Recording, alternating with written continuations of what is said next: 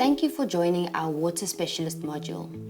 This course is part of the Green Economy Learning Series presented by GreenCape and supported by Friedrich Naumann Foundation for Freedom. As we learned in the generalist module, a green economy is not a single sector on its own, but rather a wide-reaching socio-economic framework that prioritizes inclusivity.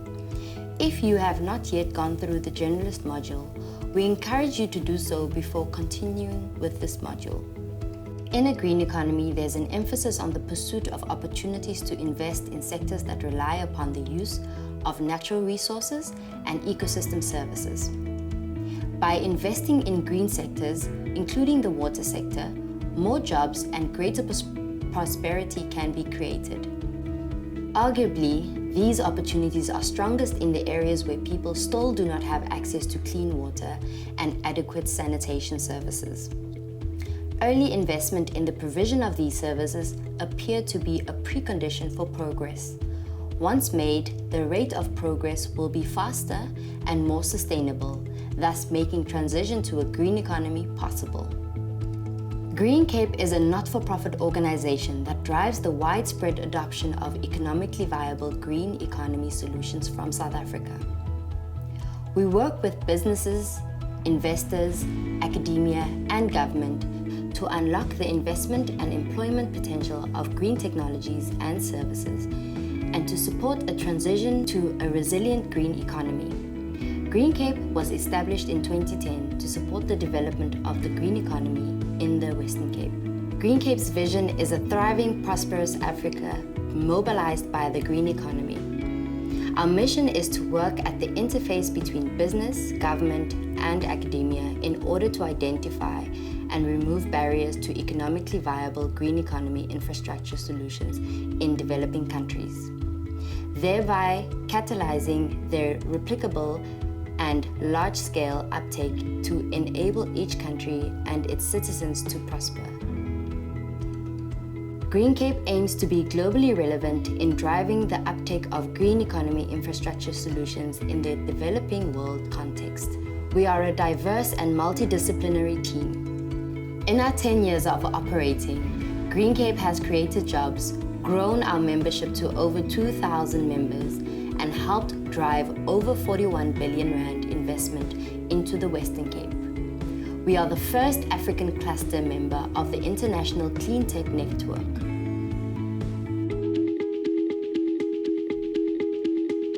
This course will cover Module 1, which is Water in the Green Economy, and we are going to look at the South African context. Module 2, we are going to hone into the Cape Town drought. Module 3, we are going to look into a case study.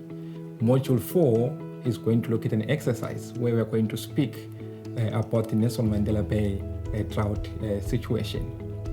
So, life is about choices and the decision we make, and that's an anonymous quote. People make decisions all throughout their day, most of which are straightforward and don't require much thought. For example, I had to decide what I'm going to eat for breakfast. I have to decide what I will wear. I have to decide who I even vote for and when do I leave for work. However, when situations are more complicated and have longer term impacts, it's easy to feel unsure or hesitant. A good example is choosing a life partner or a career. Unfortunately, I'm not here to talk about how you choose a partner or how you choose your career. I'm here to talk about how you make a decision when it comes to water, or the way that you relate with water, as it is one of the crucial decisions that has got long-term effects that we have to make, particularly in the midst of climate change. Water is life. That's what they say. Is it then correct for me to do some mathematics and say water security is about choices and the decisions we make? That was a nice tweak to that anonymous quote. The other question is, are we ready to lead the way and be the one person that chooses life and goes a separate or a different way? I don't know. We are all leaders in our own right, and we ought to decide and think sustainably. So according to mind tools, in real-life business situations, decisions can often fail because the best alternatives are not clear at the outset. To mitigate this, one needs to bring problem-solving and decision-making strategies together to clarify your understanding. A logical and ordered process can help you to decide by making sure that you address all the critical elements needed for a successful outcome. Working through this process systematically will reduce the likelihood of overlooking important factors. So what is the systematic approach? I wonder. Number one needs to create a constructive environment. Number two, you investigate the situation in detail. Number three, generate good alternatives. Number four, you explore your options. And number five, you then select the best solution. We evaluate the plan. And finally, you communicate your decision and then you take action. So this is the 7th step that one is to follow in order to make a decision. So today we are going to talk about water and why we should choose water and what decisions are we supposed to make, whether it be in government, whether it be in business, whether it be in any business that you are in. We need to make critical decisions. I choose life, I choose water, water is life. Water in the green economy.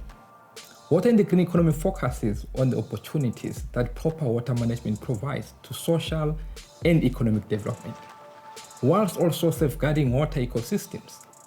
In green economies, the role of water in both maintaining biodiversity and ecosystem services and in providing water is recognized, valued, and paid for. From a policy perspective, South Africa defines its green economy as a sustainable development path based on addressing the interdependence between the economic growth, social protection, and natural ecosystem. However, robust governance is a priority. So what is happening currently in South Africa about our water? What are the things that we face when we talk about water? Is it a topic that you talk about throughout the day? Is it a topic that you should teach in schools? Is it a topic that you should talk about in businesses? Is it a topic that you should present to the politicians? I also do not know. But all I know is that South Africa is ranked as the 30th driest country in the world. And South Africa is characterized by uneven rainfall distribution and extreme climate conditions. And our evaporation rates are often very high, that they exceed precipitation. 68% of water used is surface water, and agriculture is the largest water user, at about 61%. We only retain 13% of our water back to the rivers. Our water consumption is about 233 liters per capita per day, and we've got about 40% of non-revenue water unaccounted for, and 56% of our wastewater treatment works and 44% of water treatment works are in a poor or critical condition, and 11% are even dysfunctional. This is really serious. More than 50% of South Africa's wetlands have been lost, and of those that remain, 33% are in poor ecological condition.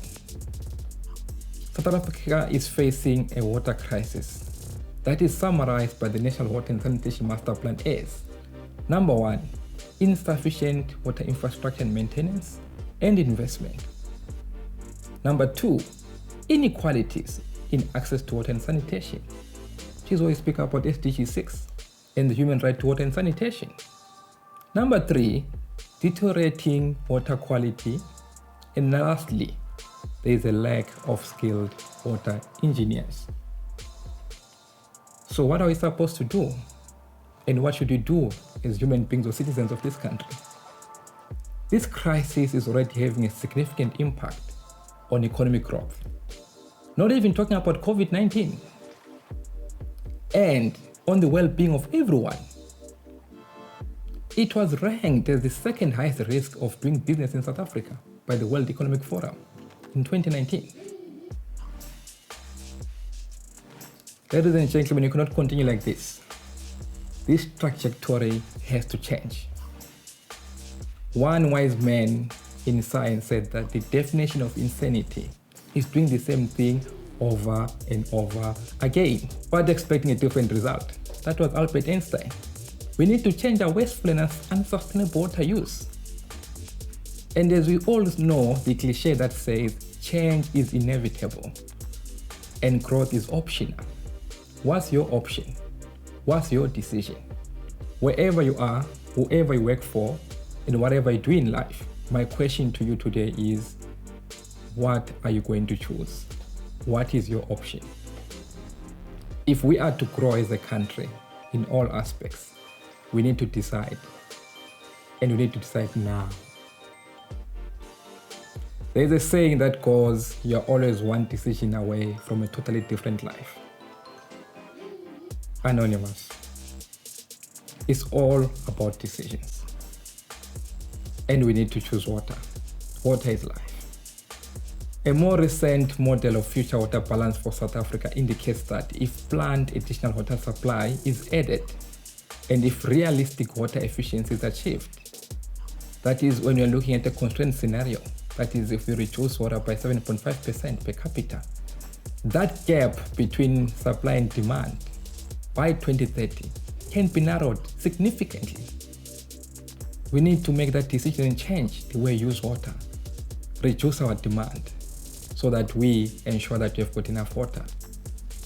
These new supply sources that we are going to tap in are mainly groundwater, desalinated seawater, in the coastal areas especially, and wastewater reuse. What are the critical interventions that we have to make as people? Number one, we talk about water efficiency. We talk about metering, monitoring, GIS systems, leak repair, efficient technologies, and fittings. Number two, we talked about alternative sources, rainwater harvesting, air to water. We talk about desalination, MIR, managed aquifer recharge, which is groundwater as well, storm or base water, water reuse, that is of grey or black water. Number three, we talk about non-sewer sanitation systems, whether it be ecological, whether it be dry toilets, or flash water systems that will promote reuse. These are some of the interventions that we can implement to ensure that we drive into a sustainable future that is water secure. But there is one thing that is always a problem into achieving or implementing these interventions. So I'm going to touch on barriers when it comes to implementation of various green technologies in the water space. One of the top barriers is policies and regulations. I talked about governance earlier on, that we need to check and ensure that our policies and regulations support the adoption of green technologies. Number two, there's lack of technical capacity. We spoke about lack of skilled engineers. All these technologies need someone to be technically sound so that you're able to operate. We're talking about fourth industrial revolution and all other tech. We need people that will be able to operate these technologies. Number three, it's very complex to contract and to procure in the municipal space. We need to check our financing models as well. There's also a lack of locally proven technologies. We get innovations, but they're not proven. Don't have proof that they'll work in the local conditions. So financing is also a problem. Not all off-takers are bankable. We know about the insolvency of municipalities. There's a poor business case as well. Some water efficient technologies are very expensive, and we know that water is very cheap, if I'm allowed to say so.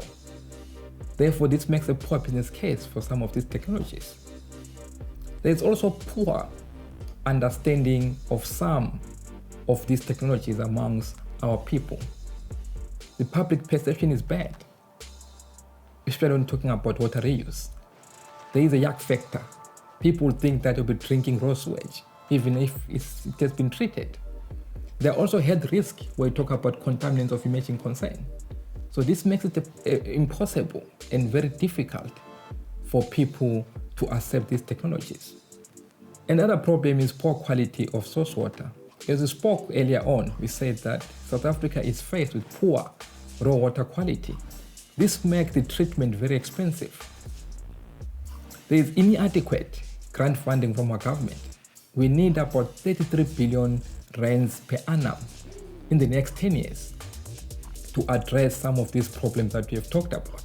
And there is a problem as when it comes to some of these technologies being implemented in certain areas. I'm referring to non-soil sanitation systems being placed in informal settlements. The footprint size, they are clustered, they are very dense, making it impossible to install some of these systems. There is a need to plan properly. So let's look into Cape Town now. So Cape Town experienced a drought that was between 2015 and 2019. And why is it so? We received below long-term average rainfall. This is a good example of the important role that decision makers must play. What is important is exploring how decisions were made, particularly looking into the systematic approach. So, we said one is to create a constructive environment when it comes to decision making. So what did the City of Cape Town do? There was a committee, an advisory committee that was termed Section 80, which comprised of different stakeholders from academia, from business, from government. These were experts that were going to advise the water resilience task team that was already formed. So, what was the work of this team? One tends to wonder. Number two, you need to investigate the situation in detail. So in the case of the City of Cape Town, there was already a number of studies that were done before the drought, and we already knew what we were going to face in the future. The mayor already declared a local disaster. So when it comes to investigating and knowing the problem in detail, this is already a non-problem. And good alternatives already done, even before the drought. So the next step is to select the best options. So already we knew about the problem in detail, and we had a robust team around us that will inform us and help us to make a better decision. So what did the city do?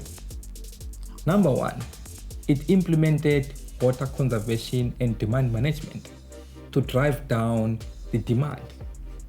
The Economic Water Resilience Tax Team engaged businesses to raise awareness, reduce water demand, and build resilience.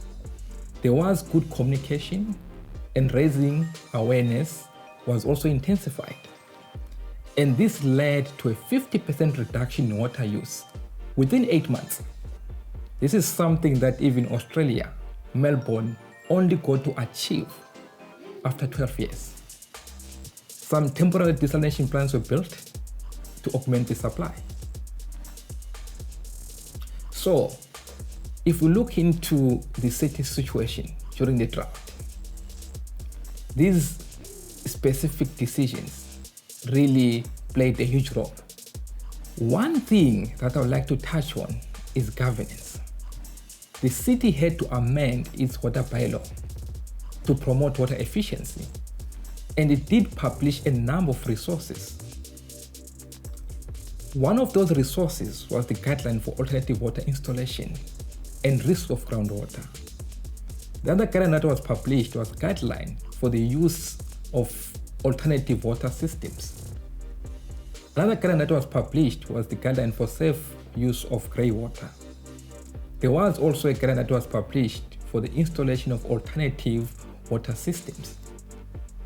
One final resource that was also published is one on resource efficiency for development.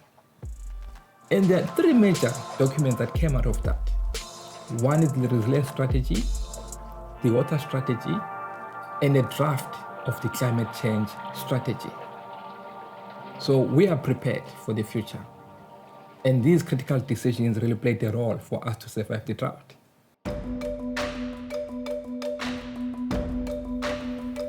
Let's look into a case study that was done during the drought. So that resilience tax team, it formed And there was another tax team that was called the Economic Resilience Tax Team.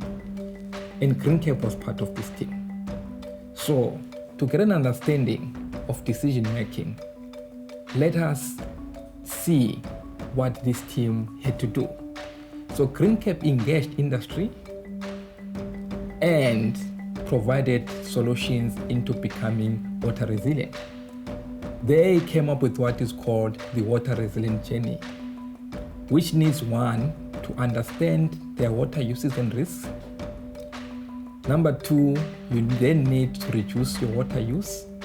Number three is reusing water on site or tapping into alternative water supply. So what they achieved was engaging about 400 businesses within the city of Cape Town. And from these businesses, about 120 million rands was invested in drought adaptation measures. They achieved 41% reduction in water consumption. 73% of these businesses invested in monitoring and measurement. 73% implemented water efficiency. And 79% implemented alternative water resources. 66% water reuse on site. There is an example that I'd like to touch on. One example was Growth Points, their estuaries office park, which installed smart meters and achieved 70% water savings, largely due to smart metering. A second example is JG Africa. They reduced their office water consumption by 67% through awareness and implementing water efficiency measures. One last example is Quality Beverages. It reduced its water consumption by 27% through raising awareness and reuse of water on site for cleaning bottles and cleaning floors.